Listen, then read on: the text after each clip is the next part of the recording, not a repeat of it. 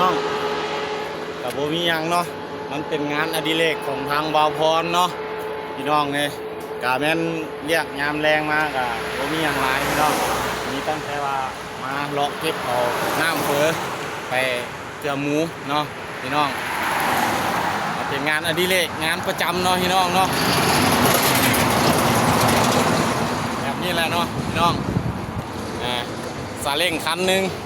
ถัง42 หน่วยเนาะมันเป็นงานอดิเรกคือบ่าวพรเว้าเนี่ยเนาะจังใดก็ฝากกดไลค์กดติดตามเพื่อเป็นกำลังใจให้ทางบ่าวพรเด้อเบิดสุขุสุคนเนาะเสร็จแล้วเนาะบ่าวพรก็สิได้ขอตัวไปเอาน้ำหมูก่อนเนาะพี่น้องเนาะ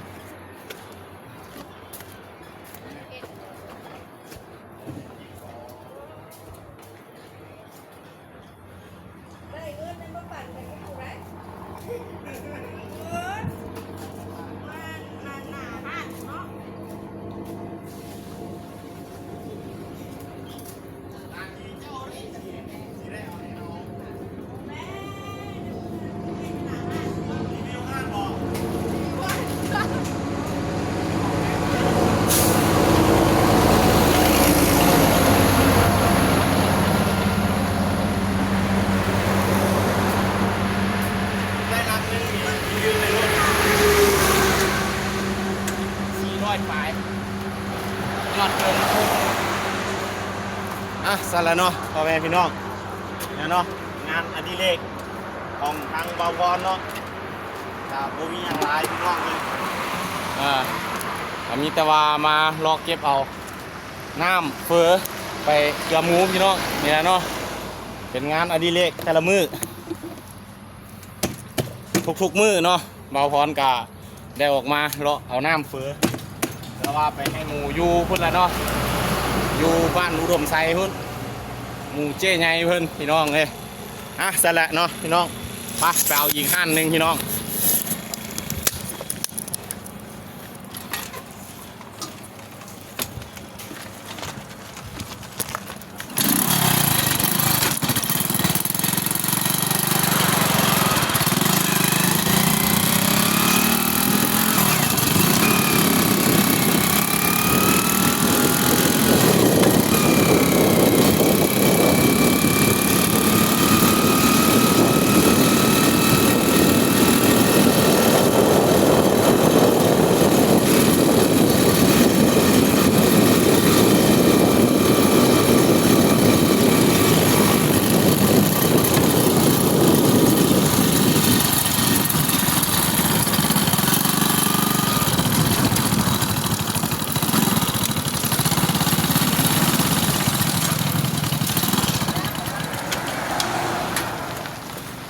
เนี่ยเนาะพี่น้อง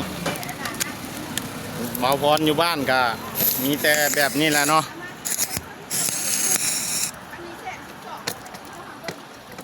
กะบ่มีอย่างไรเนาะพี่น้องเนาะ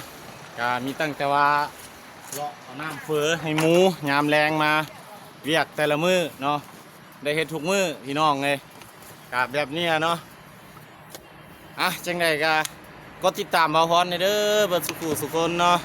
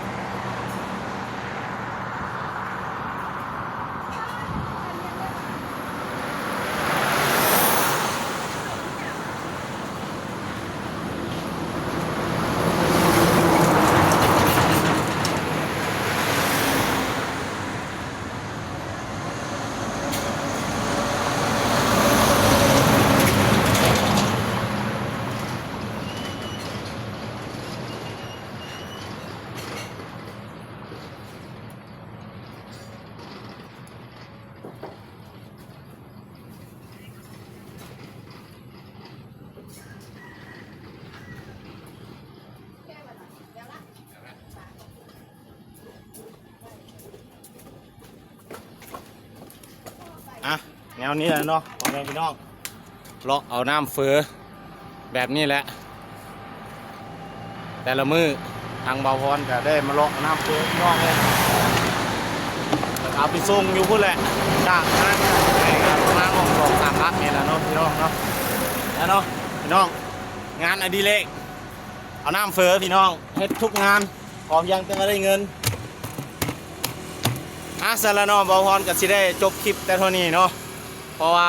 ยังมีเวียกต่ออีกเพราะว่าเอาน้ำหมูไปส่งแล้วก็จักซีเมนต์เวียกอย่างต่ออีกแหละเนาะพี่น้องเนาะเพราะว่ามื้อวานนี่ก็ได้ลงคลิปก็ย้อนว่าฝนตกเนาะเบาพรไปเรื่อยไม่กับฝนตกมืดก็เลยบ่ได้ลงคลิป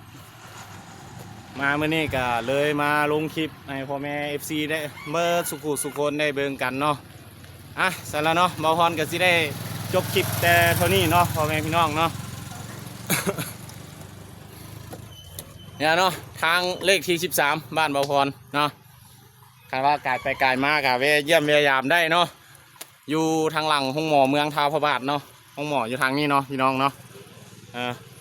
ทางเลขที่13บ้านทบกเมืองท้าวพระบาทแข่งบุรีคำไซเดอร์พ่อแม่ FC เบิร์ดสุขคนเนาะคาดว่าได้กายไปกายมากะเวเยี่ยมเวียยามกันก็ได้เนาะเสร็จแล้วเนาะพ่อแม่พี่น้องเบาพรก็สิได้จบคลิปแต่เท่านี้เนาะเพราะว่ายังสิได้เฮ็ดเวียกต่ออีกไปทางหน้าอีกเนาะก็หลังจากที่ว่าเอาน้ำหมูไปส่งก็ยังสิได้ไปเวียกอีกเนาะเสร็จแล้วเนาะจังได้ก็ปิดท้ายนี่ก็ขอให้พ่อแม่ FC เบิดสุขคนเนาะอยู่ดีมีแฮงความเจ็บจะได้ความไข้จะได้มีเนาะ